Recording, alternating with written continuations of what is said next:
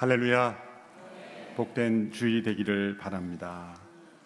5월 마지막 주일입니다. 매월 마지막 주일은 구제봉사 주일로 낮은 곳, 더 낮은 곳으로 향하는 실천을 행하는 주일입니다. 연약한 지체들을 함께 섬길 수 있게 되기를 바라고, 특별히 용산 지역에 홀로 거주하시는 독고 어르신들을 또 방문해서 위로하고 격려하는 일들이 또 서빙고 구제 사역팀에서는 계속하고 있습니다.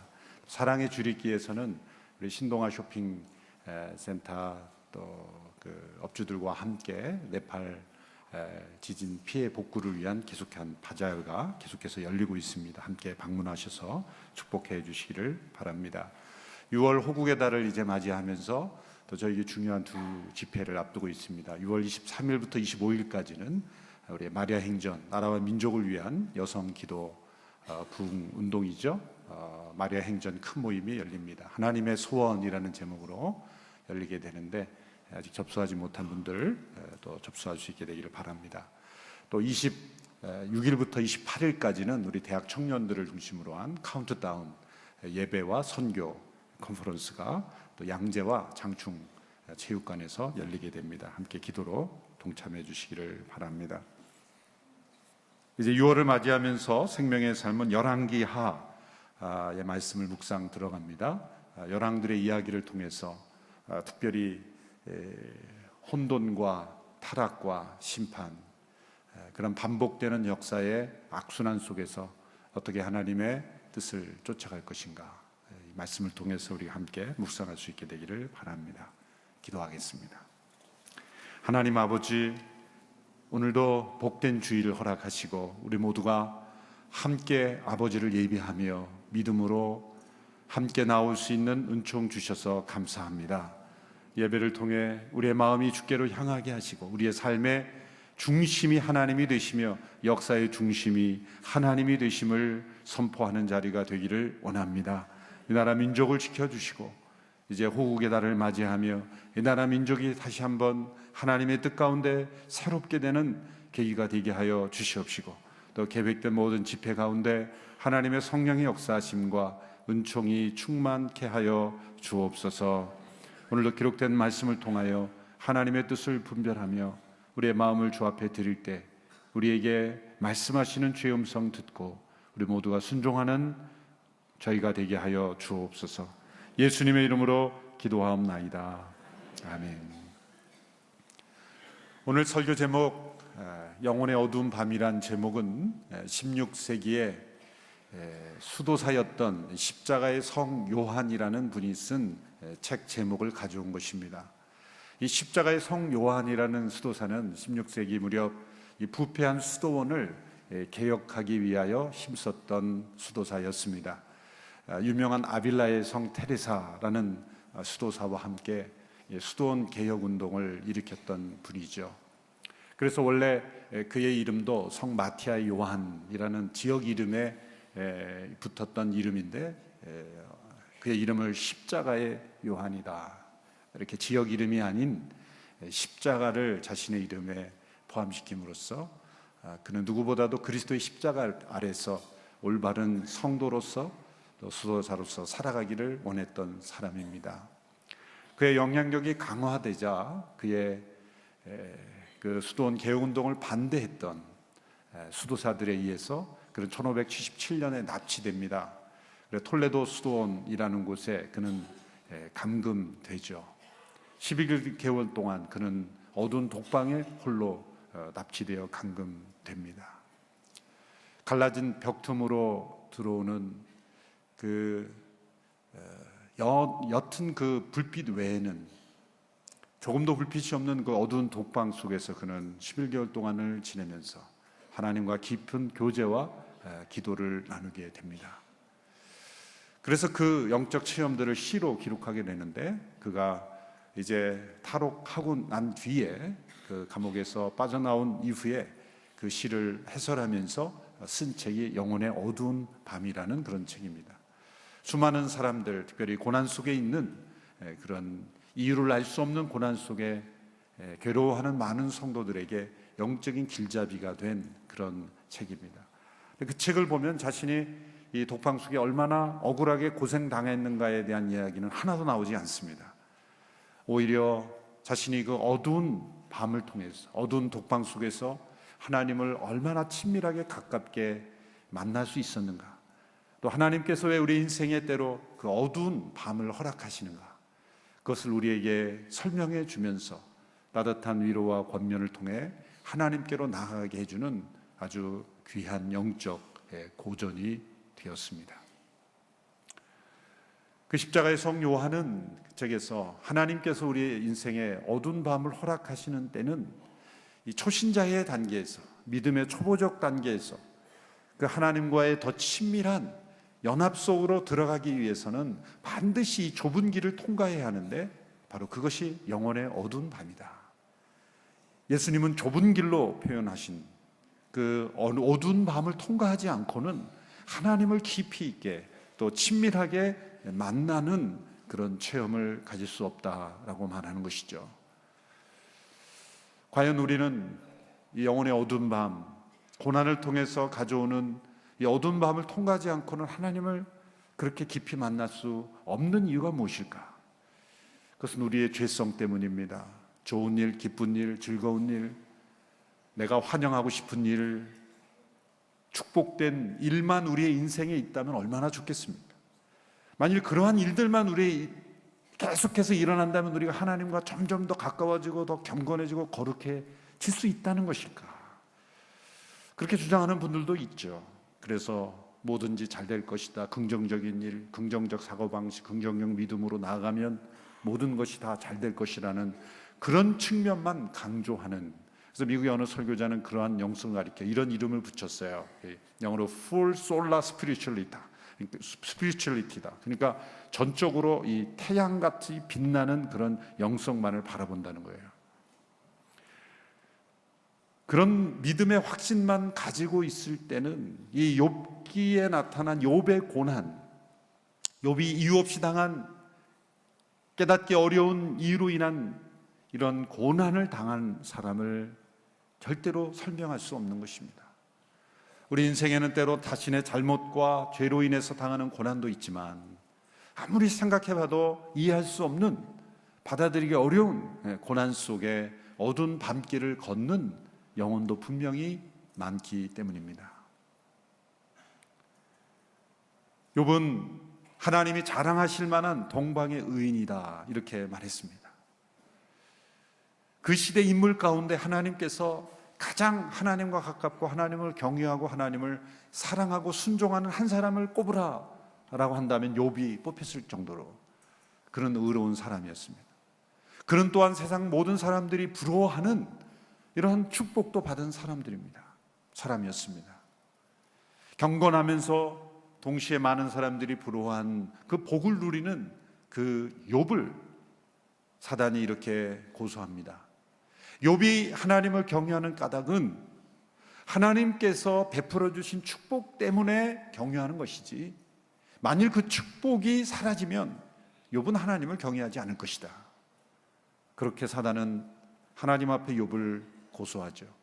하나님은 이 욥을 시험대 위에 오르게 하십니다. 욥이 고난당하는 과정을 통해서 욥을 어두운 밤길을 통과하게 하심으로써 자신에게 있는, 자신이 받은 축복 때문에 하나님을 경외하는 것인지, 아니면 그 축복이 없어도 하나님을 경외하는지를 시험하는 시험대에 오르게 하신 것입니다. 하나님께서는 사단에게 욥의 생명을 제외하고 생명은 건드리지 못하게 하되 그를 마음껏 공격할 수 있도록 허락해 주신 것입니다.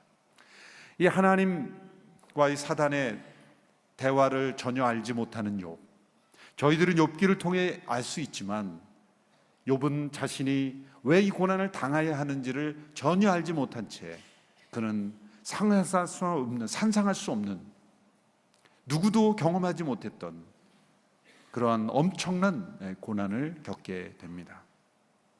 욥의 고난은 세 단계를 통해서 점점점 확장되고 더 깊어졌습니다. 첫 번째 단계의 시험은 단 하루 만에 그의 모든 소유를 상실하는 것입니다. 단 하루 만에. 그는 자신의 모든 자녀, 자신의 모든 소유, 전 재산을 다 잃어버리게 됩니다. 그의 소와 나귀와 종들은 스바 사람의 공격에서 탈취되었고, 그 소식을 전하는 그 종의 전갈이 다 끝나기도 전에 또 다른 소식이 들려옵니다. 그의 양떼들과 종들은 하늘로부터 내려온 불에 타 죽게 됩니다. 그 소식이 다 끝나기도 전에 그의 낙타들과 종들이 갈대아 사람들에 의해 죽임당했다는 소식이 들려옵니다. 그 소식이 채 끝나기도 전에 그의 자녀들이 함께 잔치를 베풀고 있을 때 광야에서 불어온 동풍에 의해서 집이 무너져 다 자녀들이 목숨을 잃게 됩니다. 조금도 시간적인 여유를 두지 않고 연속적으로 불어닥치는 이 엄청난 고난의 태풍을 이 욥은 당하게 된 것입니다. 그런데 이러한 엄청난 상실의 고난 앞에서 욥이 어떻게 고백하였을까요? 욥기 1장 20절 22절에서 욥의 이 고백을 함께 우리가 읽어보도록 하겠습니다. 시작. 이 말에 욥은 벌떡 일어나 겉옷을 찢고 머리털을 밀어버리고 땅에 엎드려 경배하며 말했습니다. 내가 내 어머니의 모태에서 벌거벗고 나왔으니 떠날 때도 벌거벗고 갈 것입니다. 여호와께서 주신 것을 여호와께서 가져가시니 여호와의 이름이 찬양 받으시기를 바랍니다. 이 모든 일에도 불구하고 욥은 죄를 짓거나 하나님을 원망하지 않았습니다. 욥은 놀라운 믿음의 고백으로 이 고난을 통과했습니다. 그는 체념한 것도 아니요, 운명에 맡긴 것도 아니요, 억지로 순종한 것도 아닙니다. 그는 하나님이 주신 모든 것 하나님이 가져가셨으니 오직 여호와의 이름이 찬양을 받을지어다. 하나님의 선하심을 찬양한 것입니다. 놀라운 믿음이죠. 놀라운 경건입니다. 우리 중에 누구도 이 욥이 당한 시련의 10분의 1만 당해도 우리는 하나님을 원망하고 또 믿음의 시험에서 넘어지기 쉬운 저희들입니다. 욥은 과연 하나님이 자랑하실 만한 믿음의 사람이요 경건한 사람이라는 것이 이 첫 번째 시험을 통해서도 입증된 것이죠. 그러나 시험은 거기서 끝나지 않았습니다. 두 번째 단계 시험은 사단은 이제 욥이 가진 그 무엇이 아니라 욥 자신을 공격합니다. 그래서 욥의 건강을 무너뜨리죠. 욥의 몸에 온통 악한 악성 종기가 일어나게 하는 것입니다. 자, 이때도 욥이 자신의 모든 소유를 잃어버린 것과 같을 때에 믿음의 고백을 할 수 있었는가? 안타깝게도 욥의 아내는 그 시험에 무너졌습니다. 첫 번째 시험에서는 그 욥의 그 그늘 아래서 침묵하며 함께 인내하였지만 두 번째 욥의 건강이 무너졌을 때는 그는 욥에게 이렇게 말했습니다. 당신이 이런 상황에서도 하나님 앞에 순전함을 지킬 수 있습니까? 차라리 하나님을 저주하고 죽으십시오.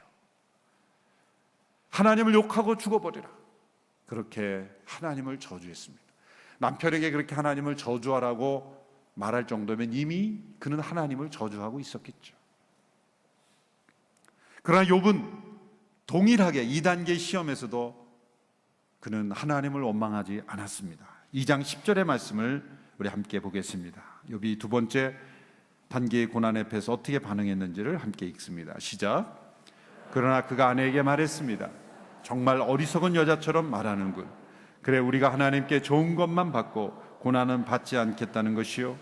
이 모든 일에도 불구하고 욥은 입술로 죄짓지 않았습니다. 두 번째 단계의 고난에서도 하나님의 선하심에 대한 욥의 믿음은 변질되지 않았습니다. 자, 이것으로 욥기가 끝났다면 얼마나 좋을까? 그러나 욥에 대한 시험은 아직 끝나지 않았습니다. 더 이상의 시험이 있을 수 있겠습니까? 세 번째로 다가온 욥에 대한 고난의 시험은 바로 오랜 기간 동안 계속적인 압박을 통해 고통을 견디는 것이었습니다. 여러분, 순간적인 고통과 고난은 견딜 수 있을지 모르지만 이 지속적이고 계속적인 압박과 고통이 주어지는 것, 그것은 사람에게 엄청난 스트레스를 가져다 주는 거죠. 순간 고난을 당하고 잊어버리는 고통이라면 치유가 되고 회복될 수 있겠지만 계속적인 압박과 고통이 주어진다면, 그런데 그러한 도구가 된 게 누굽니까? 바로 욥을 위로한다고 찾아온 세 친구들이었다는 거예요. 그들도 역시 하나님을 아는 사람들이었고 믿음 가운데 있었던 사람들이었습니다.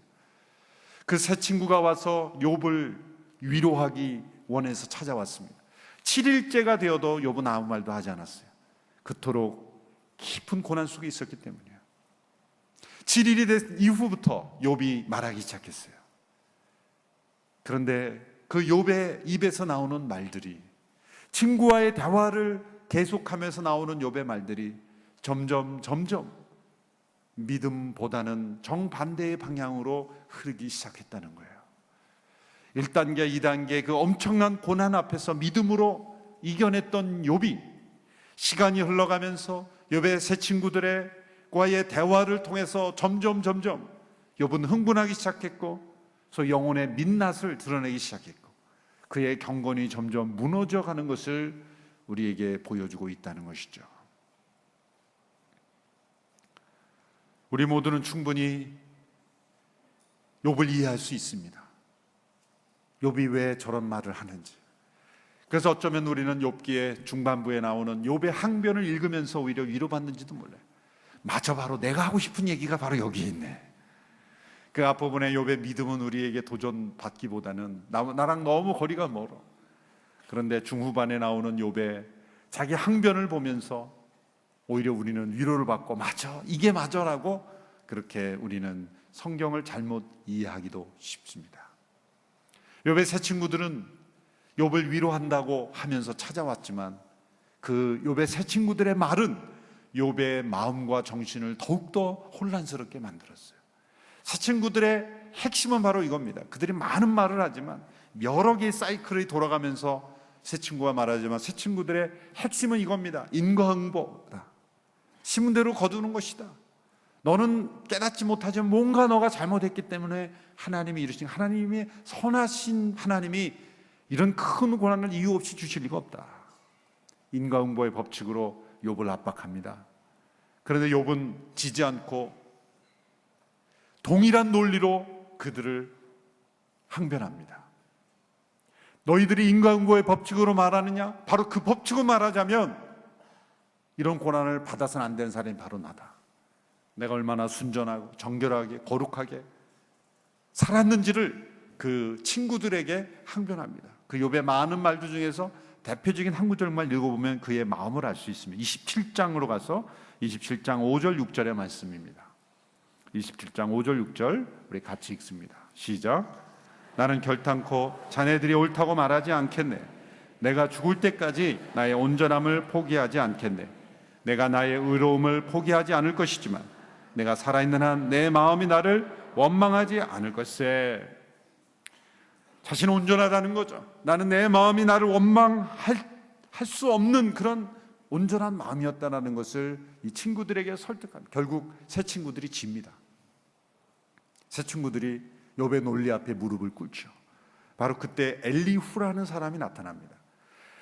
이 갑자기 나타난 이 엘리후라는 사람이 그 욥보다 연소자였지만, 이 엘리후는 하나님이 보낸 세례요한과 같은 사람이었어요.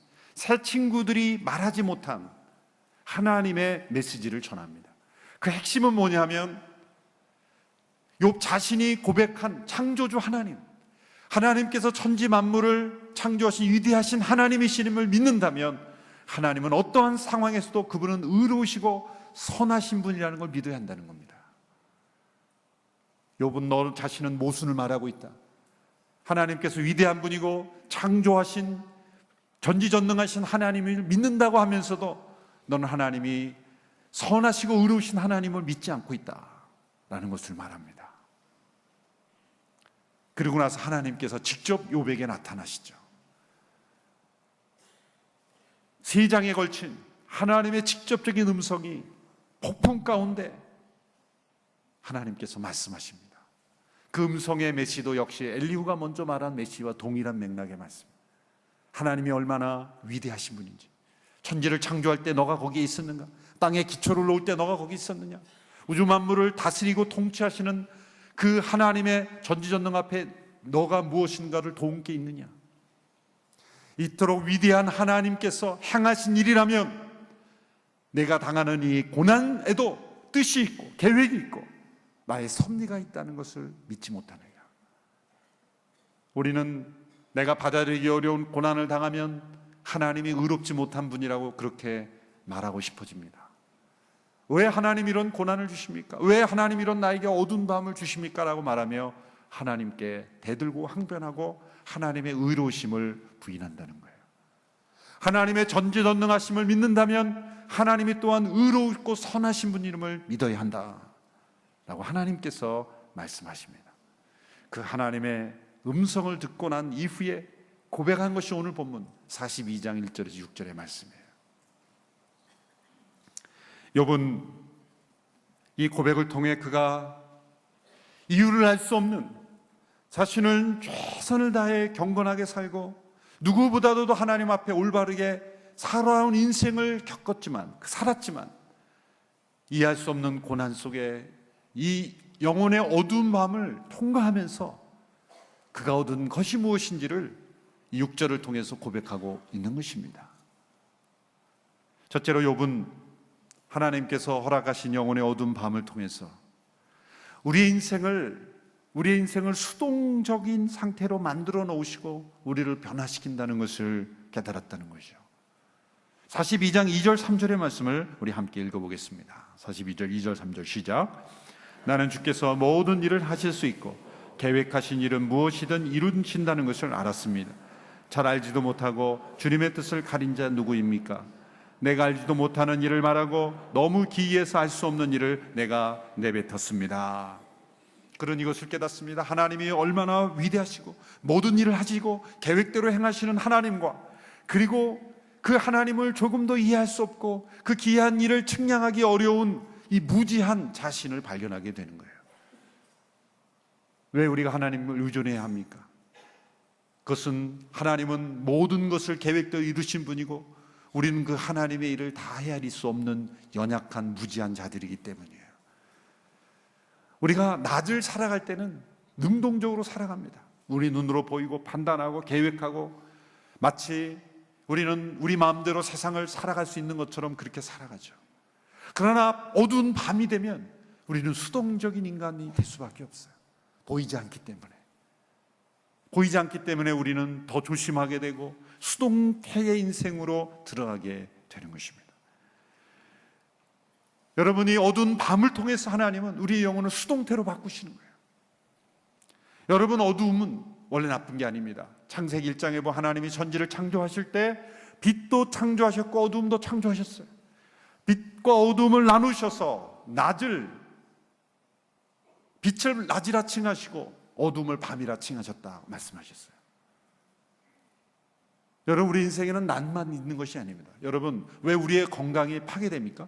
빛을 못 봐도 파괴되지만 어두움 속에 들어가지 않아도 파괴됩니다. 여러분, 이 조명이 인간이 발명한 것은 정말 획기적인 발명품이라 우리는 상을 주고 칭찬하지만 한편으로는 인류의 건강이, 인류의 문화가 하나님과 역행되어 가는 한 길이기도 했습니다. 일해야 될 때 우리는 어둡게 만들고, 그리고 어둠 속에 쉬어야 될 때 우리는 불을 밝히고 활동하고 있잖아요. 화려한 네온 사인을 보면서 우리는 하늘의 별을 바라보는 법을 잊어버렸어요. 어둠 속에 우리가 들어가지 않으면 우리는 잠을 자지 못하고 우리의 건강이 무너지는 것 아십니까? 어둠도 우리에게 필요한 거예요.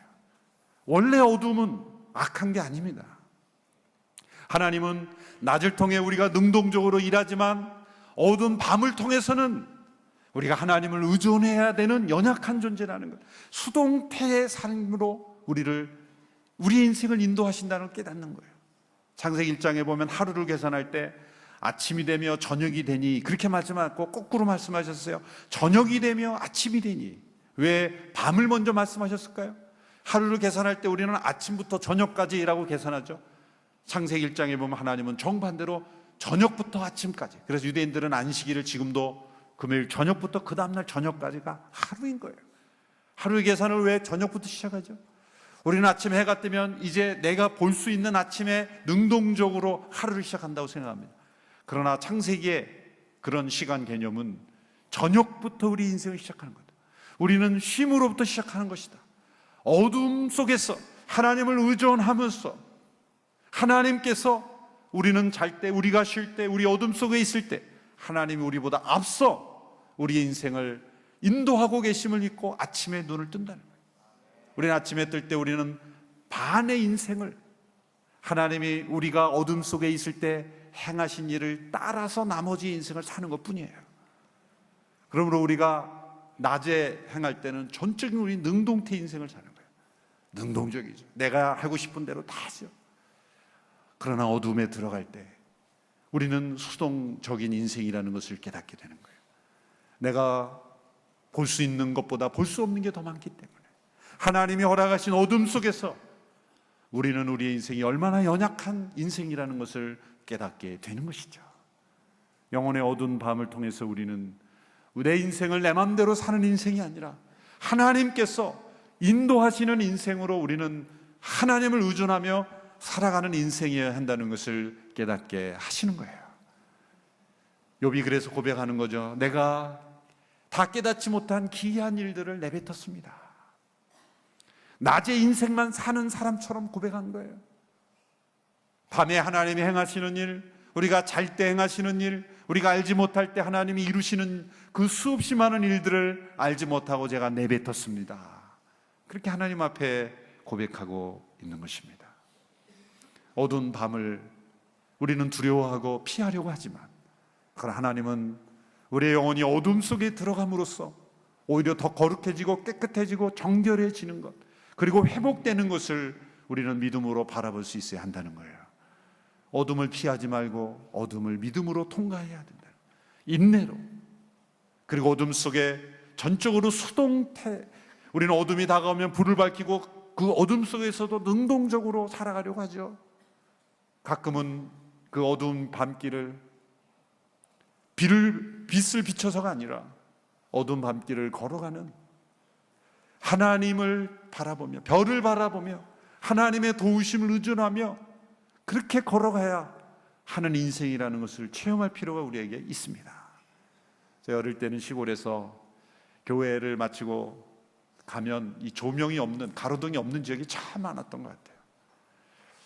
거의 1시간 이상을 이렇게 논두길 이렇게 갈 길을 걸어가면 가끔 길에 빠지기도 하지만 그 칠흑같이 어두운 별빛밖에 달빛밖에 없는 그런 길을, 어두운 길을 걸어가면서 그 창공기를 맞으면서 발걸음을 조심하면서 그렇게 걸어가 했던 많은 시간들이 있었습니다. 요즘은 환한 불빛 가롱등 속에서 어디 가든지 다 불빛이 있어서 어쩌면 어둠을 경험하지 못하는 오늘 이 시대의 문화가 되어버렸습니다. 우리 인생은 낮의 인생만이 아니라 어둠 속에서도 살아가야 되는 인생이라는 것, 인생은 능동태만이 아니라 우리는 수동태 인생이어야 한다는 것, 그것을 고난을 통해서 깨닫게 하시는 거죠. 두 번째, 욥이 영혼의 어두운 밤을 통해 깨닫는 것은 하나님을 귀로만 듣는 것이 아니라 눈으로 보는 체험을 하게 되었다는 거죠. 오늘 5절 말씀을 우리 함께 읽어보도록 하겠습니다. 5절 말씀 같이 읽습니다. 시작. 내가 주에 대해 지금까지 내 귀로만 들었는데 이제 내 눈으로 주를 보게 됐습니다. 이 고백은 욥이 예전과 다른 하나님과의 깊은 친밀함으로 들어가게 되었다는 거죠. 욥은 그전에도 하나님을 아는 사람이었습니다. 하나님을 경외하는 사람이었습니다. 그런데 그가 이 고난을 체험하기 이전의 모든 신앙을 한마디로 어떻게 표현합니까? 귀로 들었던 신앙이다. 여러분, 모든 신앙적인 의심, 종교적 의심은 다 귀로 듣는 신앙에 머물러서 그런 겁니다.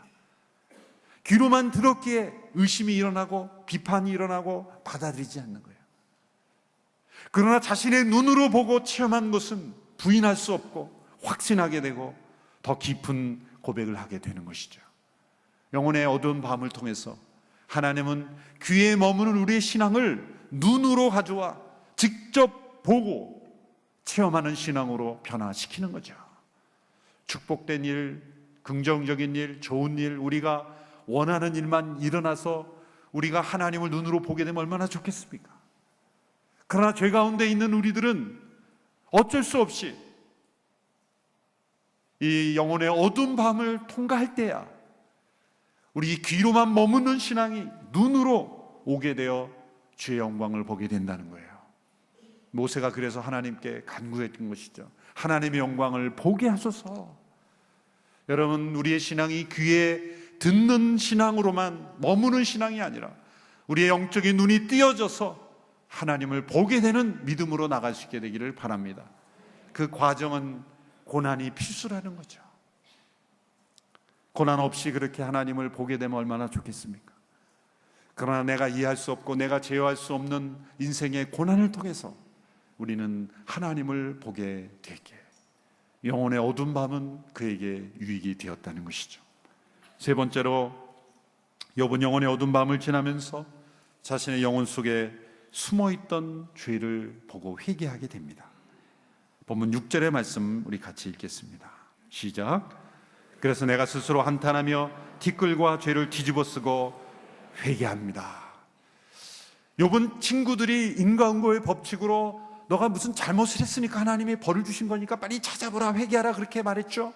그럴 때마다 그는, 그의 논지는 이런 식으로 항변했죠. 정말 회개할 것이 없는 사람이었다면 날 것이다. 어쩌면 그의 말은 인간적으로 보면 옳았습니다. 그는 많은 풍요로움 속에서도 그 풍요를 우상으로 삼지 않았습니다. 많은 하나님이 주신 축복 가운데도 그 복을 우상으로 섬기지 않았던 경건한 사람이었습니다. 그러나 그에게 남아있던 회개해야 될 마음에 깊은 죄가 있었다면 그것은 자기의였다는 거예요. 다른 사람보다 더 깨끗하게, 경건하게, 올바르게, 성실하게 살아가는 사람들의 마음속에 숨어들을 수 있는 죄가 있다면 그것은 영적 교만, 자기의라는 교만이에요. 욥이 회개해야 될 죄가 있었다면 욥보다 못한 우리들은 당연히 회개해야 될 것이 너무나 많은 존재들 아닐까요? 욥은 우리에게 그걸 보여주는 거예요. 욥기는. 욥도 회개해야 될 죄가 있었다면, 우리 안에는 우리가 아무리 선하고 의로우고 착하고 성실하게 살아도 여전히 우리는 회개해야 될 죄악의 찌꺼기가 있는 존재였다는 것. 그것은 고난의 영혼의 어두운 밤을 통과해서만 우리 속에 숨어있는 자기의의 죄가 나오기 때문에 하나님은 욥에게 그 고난을 허락하신 것입니다. 욥이 미워서가 아니라, 욥에 대한 심판이 아니라 욥을 더욱더 정결하게 하시려고, 영혼의 어두운 밤을 통과해서만 볼 수 있는 자기의 의, 그 의를 드러내 더욱더 그를 정결하게 하시려는 하나님의 계획이었던 것입니다. 욥이 이렇게 회개했을 때 욥의 마지막, 욥기의 에필로그에서 마지막 부분에서 하나님이 그를 다시 회복시키십니다. 그리고 다시 복 주십니다. 하나님께서 복 주시고 회복시키는 것보다 더 중요한 것은 그 오늘 본문의 1절 6절에 나오는 욥의 고백입니다. 아마도 욥은 뒷부분의 회복과 축복이 주어지지 않아도 욥은 만족했을 것입니다. 그것을 기대하고 한 고백이 아니기 때문이에요.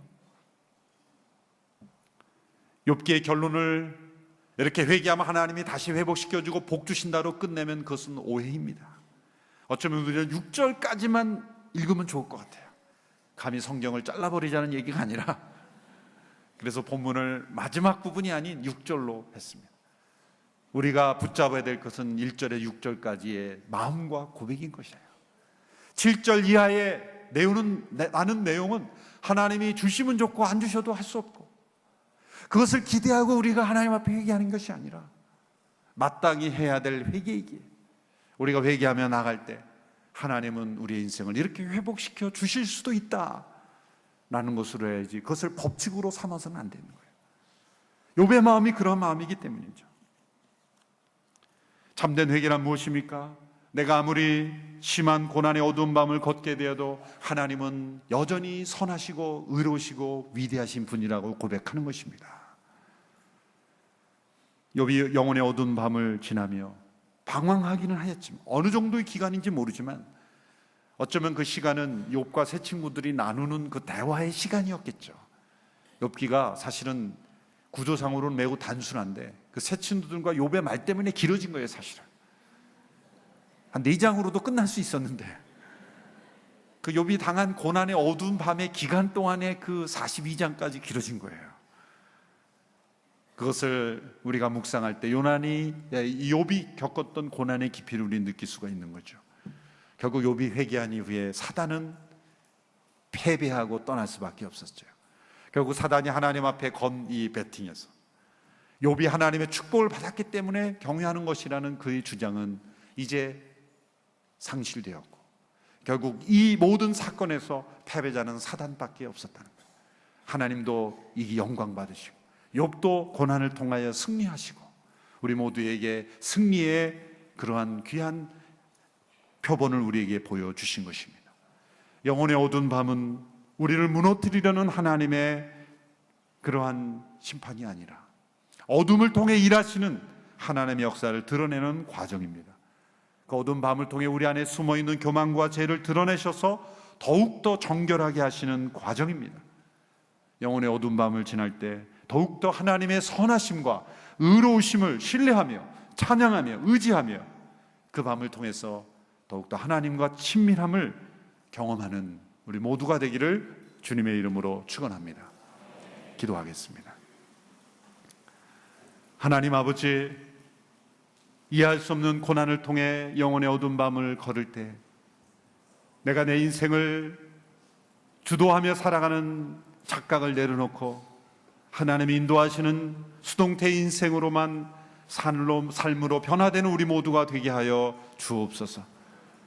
주여, 이해할 수 없는 고난의 어두운 밤을 통과하면서 우리 모두가 우리 안에 회개해야 될 죄악들을 회개하며 그리고 더욱더 하나님을 친밀하게 만나며 체험하며 그 하나님을 만나는 우리 모두가 되게 하여 주옵소서. 고난 속에 있는 성도들, 이해하기 어려운 고난 속에 어두운 밤길을 걷는 성도들이 있습니다. 그 어두움 속에 외롭지 않게 해주시고 두렵지 않게 하여 주시옵시고 그 고난 속에 손잡아 주시며 발걸음을 인도하시는 그 하나님의 선하심을 체험하는 과정이 되게 하여 주옵소서. 어두운 밤을 지날 때 욥처럼 더욱 정결한 영혼으로 정금 같은 믿음으로 나와 하나님을 예배하며 찬양하는 믿음의 사람들 다 되게 하여 주옵소서. 예수님의 이름으로 기도하옵나이다. 아멘. 다 같이 자리에 일어나셔서 함께 봉헌 찬양 드리겠습니다.